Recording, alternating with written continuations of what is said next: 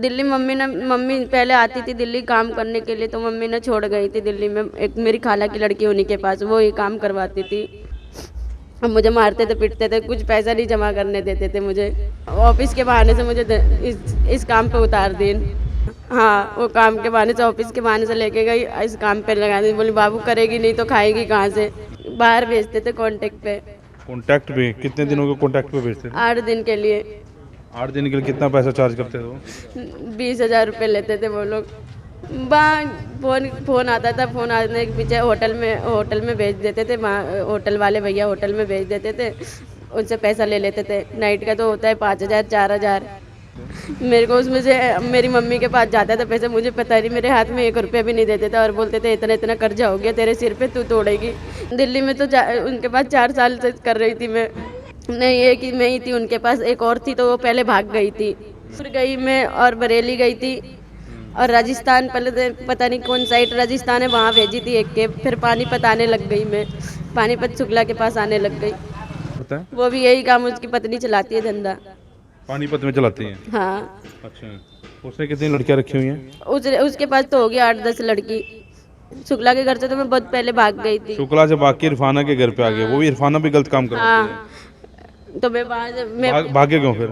मैं भागी क्यों कि मेरे से एक तो मैं काम भी करती थी, 1 रुपया नहीं रहने देती थी मेरे पास। सारा गुल्लक में अगर मैं पैसा जोड़ना चाहती थी, गुल्लक भी फोड़वा देती थी। मेरे परसे में भी 1 रुपया नहीं रहने देती थी। बोलती थी तेरे पास 1 रुपया भी नहीं रहेगा, तू भागेगी यहाँ से। नमस्कार, आप देख रहे हैं वॉइस ऑफ पानीपत और मैं हूँ आपके साथ कुलवंत सिंह। बिहार से दिल्ली एक लड़की बेची जाती है, दिल्ली से पानीपत लाई जाती है। उसके साथ दिल्ली भी गलत काम होता है और फिर पानीपत में जिसके पास रहती थी वो भी उसके साथ गलत काम करवाते थे। कई दिनों से वो लड़की पानीपत में है। अब उनके चंगुल से रात छूट के भागी तो किसी ऑटो चालक को मिल गई। उन्होंने रात कैसे तैसे उस लड़की की निकलवाई। अब वो लड़की जो है वैसे पानीपत पर लाइव है, अपनी आप बीती बता रही है और कोशिश करेंगे कि पुलिस अधिकारियों के संज्ञान में ये मामला आए, क्योंकि आज शनिवार है। एसपी पानीपत को फ़ोन किया जा रहा है, लेकिन वो उठा नहीं रहे, शायद किसी मीटिंग में बिजी होंगे। लेकिन कोशिश करेंगे हम अधिकारियों तक इसकी बात पहुँचाएँ। तो कहाँ के रहने वाले आप? दिल्ली के। दिल्ली कैसे पहुँचे थे आप? दिल्ली मम्मी पहले आती थी दिल्ली काम करने के लिए, तो मम्मी ने छोड़ गई थी दिल्ली में एक मेरी खाला की लड़की उन्हीं के पास, वो ही काम करवाती थी। वहाँ से छोड़ के मम्मी ने चली गई गाँव। मम्मी बोली मैं आ जाऊँगी कुछ दिन में। वहाँ से फिर रह के फिर बाजी ने मुझे वहाँ भेज दिया, जयपुर वगैरह भेज दिया काम के लिए। वहाँ से फिर आई मैं पानीपत आ गई। फिर पानीपत से शुक्ला के घर से एक लड़का है, उनका भाई, वही मुझे अपने ठिये पे बांध के ठिये पे ला के रख के वहाँ से 50,000 रुपये उठवाइन। फिर कह बाद में फिर 50,000 रुपये उठा के ला के दे मुझे। अब मुझे मारते थे पीटते थे, कुछ पैसा नहीं जमा करने देते थे मुझे। दिल्ली जब आए थे, आप बिहार से आए थे, आपकी माँ बेच के गई थी उसको पैसा लेके? नहीं, मम्मी छोड़ के गई थी। मम्मी बोली कौन सी छोटी बच्ची है इनकी, इसको काम पे लगा दे। उनका नाम सीमा है। बोली ठीक है खाला, मैं काम पे लगा दूंगी। ऑफिस के बहाने से मुझे इस काम पे उतार दी। दिल्ली जब तुम आए थे तुम कितने साल के थे तब? जब थी 15-16 साल की थी, ज़्यादा नहीं। तो फिर दिल्ली वो क्या सीमा बताया उसका नाम? सीमा फिर गलत काम करवाती थी आपको? हाँ, वो काम के बहाने से, ऑफिस के बहाने से लेके गई, इस काम पे लगा दी। बोली बाबू करेगी नहीं तो खाएगी कहाँ से। तेरी अम्मी तो कहने काम के लिए। मेरी मम्मी ने कह दी। अब मेरी मम्मी भी खूब खाई। अब कर्जा उर्जा हो गया तो मम्मी बोली ये तोड़ेगी, ये अपने पास ही रख ले तू इसे। मम्मी भाग गई गाँव, मुझे छोड़ के। मेरी लड़की को भी लेके भाग गई। कौन सी लड़की को? मेरी लड़की है एक छोटी सी गुड़िया। तुम शादीशुदा हो? हाँ। और तुम्हारे फिर घर वाला कहाँ है आपको? वो नहीं है, वो तो छोड़ के गाँव में अपनी मम्मी के पास। वहाँ से फिर मैं इनको बताई थी हाल चाल, तो ये लोग ने बोली वहाँ से निकल के आ जा, मैं तेरा ये करवा दूंगा। तो ये लोग भी आए, तो ये लोग भी काम करवा रहे मेरे से। तो मम्मी को बताया नहीं था कि मेरे से गलत काम करवा रहे? मम्मी को पता था। मम्मी कह रही है तू समझ ले, तू करेगी कि नहीं करेगी। अच्छा, मम्मी ने कह दिया था तू गलत काम कर ले? मैं बोली मैं नहीं करूँगी, मैं भाग जाऊँगी। तो मैं भागने का प्लान बना रही थी, तो मम्मी ने उन लोग को बनवा दिया था कमरे में। बोली कैसे भागेगी, रात बिहार भाग जाएगी, ताला लगा दे कमरे में। मम्मी ने उसको कह दिया कि कमरे में बंद करके रखो? हाँ। अच्छा। यहाँ से तो मेरे को एक बंदे ने निकाल दिया। मैंने उसको बोला ऐसी सी बात है, वो बंदे ने निकाल दिया। बोले मेरे पीछे पीछे आ जाइए। मैं मैं फिर वो बाइक पे बैठ के फिर मेरे को शिव मंदिर तक छोड़ दिए थे। रात भैया मिले, भैया को दिल्ली वाली बात बताओ कि दिल्ली में फिर आपसे गलत काम कमरे में करवाते थे? नहीं, बाहर भेजते थे कांटेक्ट पे। कॉन्टैक्ट पे? कितने दिनों के कॉन्टैक्ट पे भेजते थे? 8 दिन के लिए। 8 दिन के लिए कितना पैसा चार्ज करते थे वो? 20,000 रुपये लेते थे वो लोग। अच्छा। हाँ 8 दिन में अलग अलग लड़कों के पास भी? हाँ। कितने लड़के होते थे? फोन आता था, फोन आने के पीछे होटल में भेज देते थे। वहाँ होटल वाले भैया होटल में भेज देते थे, उनसे पैसा ले लेते थे। नाइट का तो होता है 5,000 4,000, उसी हिसाब से ले लेते थे, लेके भेज देते थे काम पे।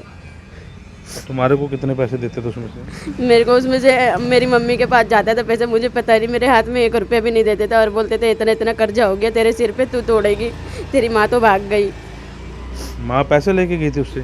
नहीं, मम्मी पैसे लेके नहीं गई है, पैसा उन्हीं के पास था।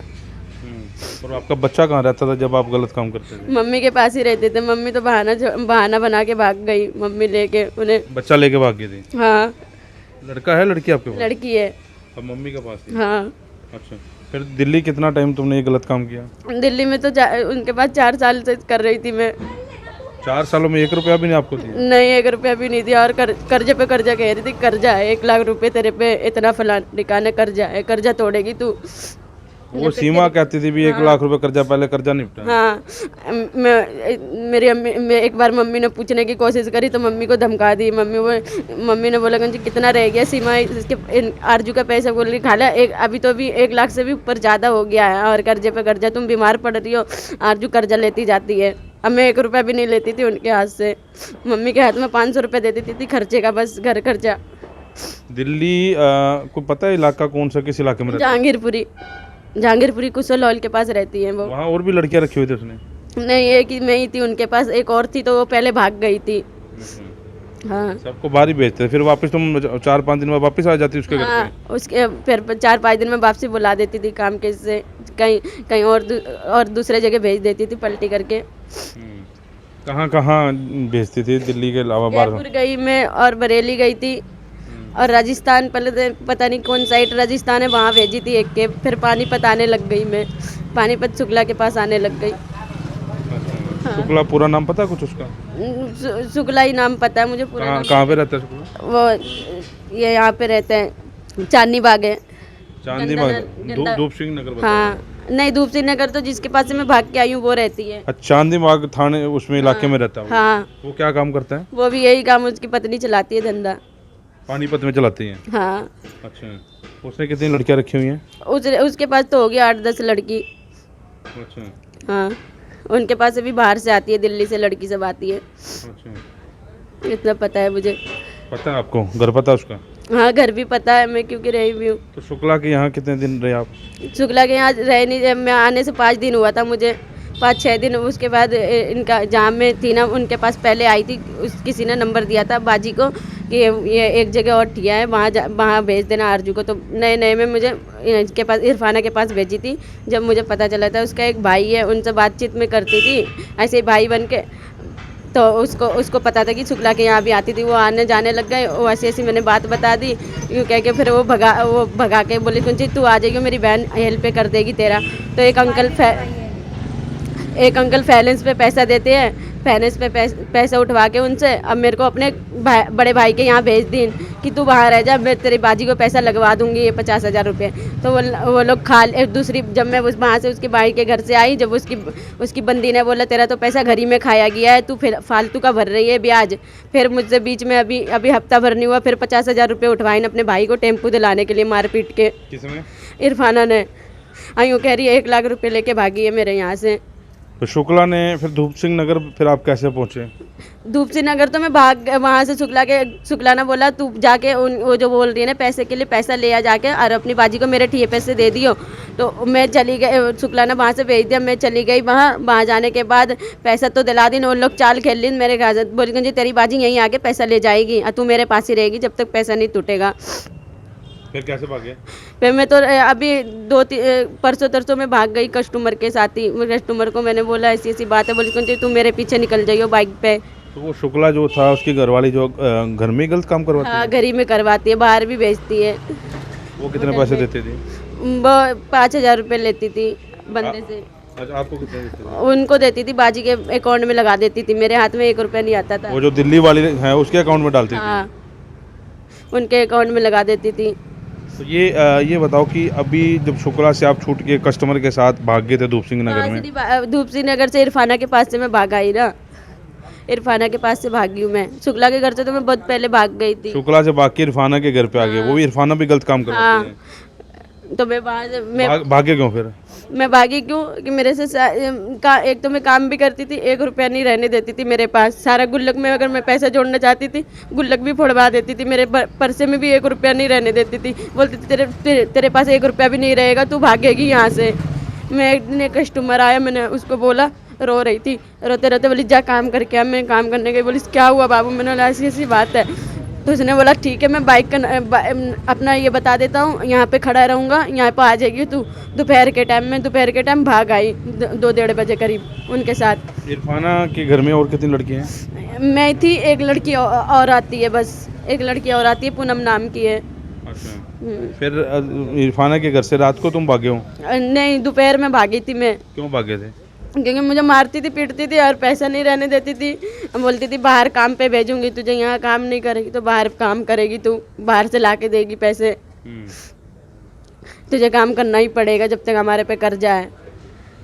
कर्जा उन लोग पे था, मेरे सिर थोप देती थी। इन दिनों में आप कितने सालों से गलत काम कर रहे हैं? फिर कोई प्रेग्नेंट वगैरह भी हुए था? हाँ हुई थी मैं, अभी तो फिलहाल सफाई करवाई ना, 12,000 रुपये खर्चा हुए थे।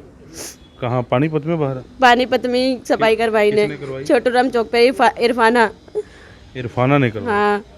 डॉक्टर से करवाई? डॉक्टर के घर पे करवाई? नहीं, डॉक्टर से करवाई थी। उसको हॉस्पिटल में? नहीं, क्लिनिक बना हुआ है उसी में।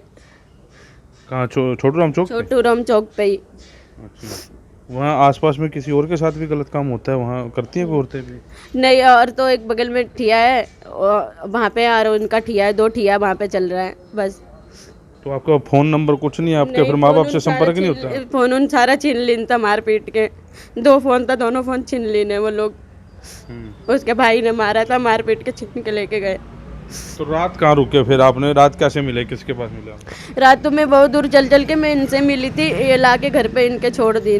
तो अभी क्या चाहते हो आप फिर? अभी मैं चाहती हूँ मुझे अकेले रहना, मैं अकेले रहूँगी, काम में किसी के पास नहीं करूँगी। गलत काम मतलब काम नहीं करूँगी। क्या करोगे फिर? मैं ऐसे ही रह लूँगी, चाहे शादी वादी कर लूँगी, कहीं कोई करा देंगे मेरा। इधर आओ। आपको ये मिले थे, कहाँ से मिले थे? भावना चौक के पास थोड़ी सी आगे जाके मिले थे, तो इन्होंने आवाज़ लगाई। मैं कहा जी हाँ जी मैम जी, बोलो क्या हुआ? तो ये बोले भैया मैं ऐसे ऐसे परेशान हूँ। मैं कहा भाई कहाँ पे जाना है, मैं छोड़ आता हूँ आपको। तो बोले भैया नहीं, मैं ऐसे बहुत ज़्यादा परेशान हूँ, मेरी मदद कर दो। मैं क्या मदद करूँ बताओ? फिर उन्होंने बताई ऐसे ऐसे बात हुई है मेरे साथ, तो ऐसे ऐसे गलत काम मुझे कोई लड़का भगा के ले आया वहाँ से, तो आगे भी उन्होंने ऐसे ऐसे काम करवाया। तो मैं कहा मैं बंदा जाता हूँ, लेडीज अपने हिसाब से बात कर लेती है। तो फिर ये मेरे घर वाले की मम्मी थी, तो मैं कहा चलिए अकेले रहते हैं, मैं कहा इनसे पूछो क्या बात हुई है। तो फिर उन्होंने बताया भाई ये लड़की ज़्यादा परेशान है। तो रात का टाइम था, मैं कहा कहाँ जाऊँ मैं इनको लेके। फिर मैंने सोचा चलो मम्मी को बोली, मम्मी बोली सुबह इनको थाने ले चलेंगे, जो बात होएगी। फिर मैंने चाचा है उनसे बात करी, मैं चाचा रात को ऐसे ऐसे बात हुई है, तो ऐसे ऐसे लड़की है, तो उनके साथ ऐसे ऐसे बात हुई है। तो उन्होंने फिर आपका नंबर लेके दिया, बोले भाई इनसे बात कर लो। फिर पुलिस को बुलाया था आपने? फ़ोन किया था? पुलिस क्या करके गई? मैंने 100 नंबर पे कॉल की, तो 100 नंबर पे 112 पे 100 नंबर पे कॉल की थी, 112 मिल नहीं रहा था। मैं वहाँ से मैडम बोली थी, उन्होंने बोला ये मैं आपको नंबर दे रही हूँ, तो इस नंबर पे बात कर लो। मैं कहा ठीक है जी। उन्होंने फ़ोन नंबर, पुलिस वालों को ही फ़ोन आ गया मेरे पास, तो नंबर भी मेरे पास है। तो वो बोले कहाँ पे आना है? मैं कहा जी भावना चौक पे। वो बोले इस जो लेडीज़ है ना उनको लेके भावना चौक पे खड़े हो जाओ आप। मैंने इनको बोला भाई चलो आप ऐसे वैसे करो, वहाँ पे वो आ रहे हैं 5 मिनट में, तुम वहाँ पे चलो मेरे साथ। तो ये बोले भैया मैं नहीं जाती, तो वहाँ पे कोई आ जाएगा तो फिर मुझे उठा के ले जाएंगे। चलो मैंने कहा चलो कोई बात नहीं है, उठ ही नहीं रो रहे थे। मैं कोई बात नहीं, मैं पुलिस वालों को यहीं पे ले आता हूँ घर पे ही। तो जैसे मैं आ गया तो पुलिस वाले आए, 4 जने थे, 2 आगे बैठे 2 पीछे। तो आगे रोके, मैं कहा जी बाबू जी मैंने फ़ोन किया था आपको। कह रहे हैं कौन है तू? तो क्या लगता है उसका? ये वो जो ड्राइवर था उन्होंने मेरे को गालियाँ काटी। जो साथ वाला बैठा था हाथ में डंडा लेता, उसने मेरे को पहले थप्पड़ी मारी, फिर डंडा मारने लगा, फिर मैं वहाँ से भाग चुका।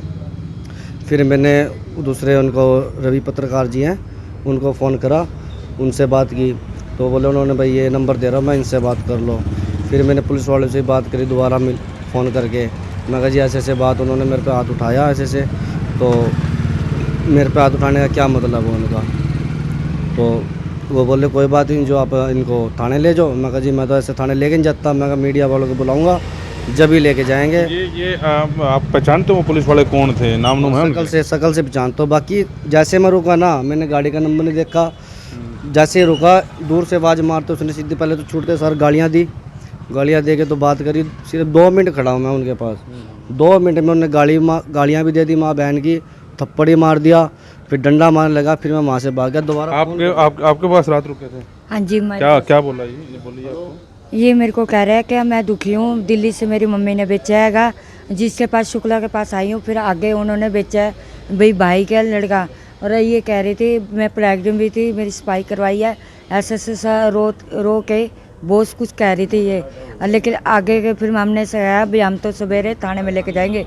ये कह रही थी थाने में हमने, मगर अगर तेरे को थाने में जाना है तो फिर हम लेके चलेंगे तेरे को, अगर हम तेरे साथ, लेकिन अकेला नहीं तेरे को छोड़ सकते। ये कहने लगे भाई अकेला छोड़ देंगे, अकेला नहीं छोड़ सकते हम विजयनगर में। ये बता रहे थे भी गलत काम होते हैं? हाँ जी, ये सारा बताया इन्हें। तो अभी इस मामले में कोशिश करते हैं कि अधिकारियों से बात करें या किसी समाज सेवी संस्था से बात करें। आप जुड़े रहे वॉइस ऑफ पानीपत के साथ, इसमें आगे जो भी कार्रवाई होगी हम लोग आपको बताते हैं।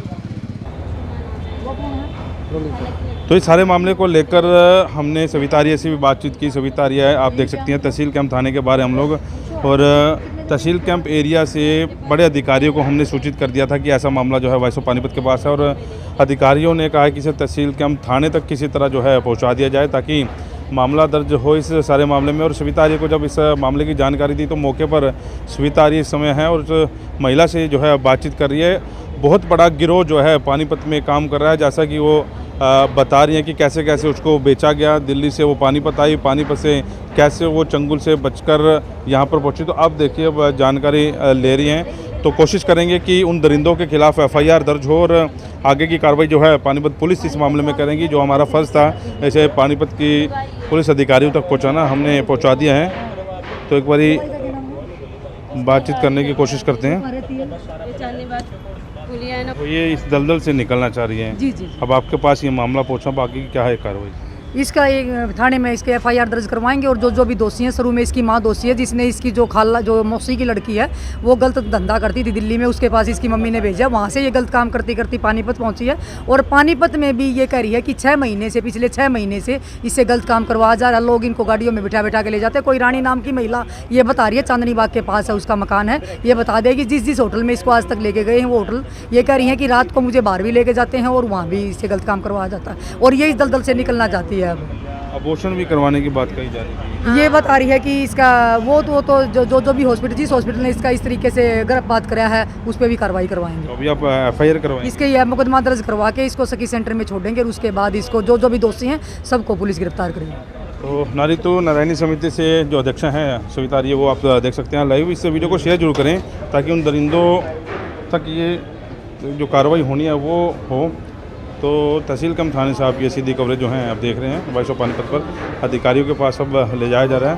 और तो कोशिश इसमें रहेगी कि FIR दर्ज हो और वो दरिंदे जो हैं पकड़े जाएं।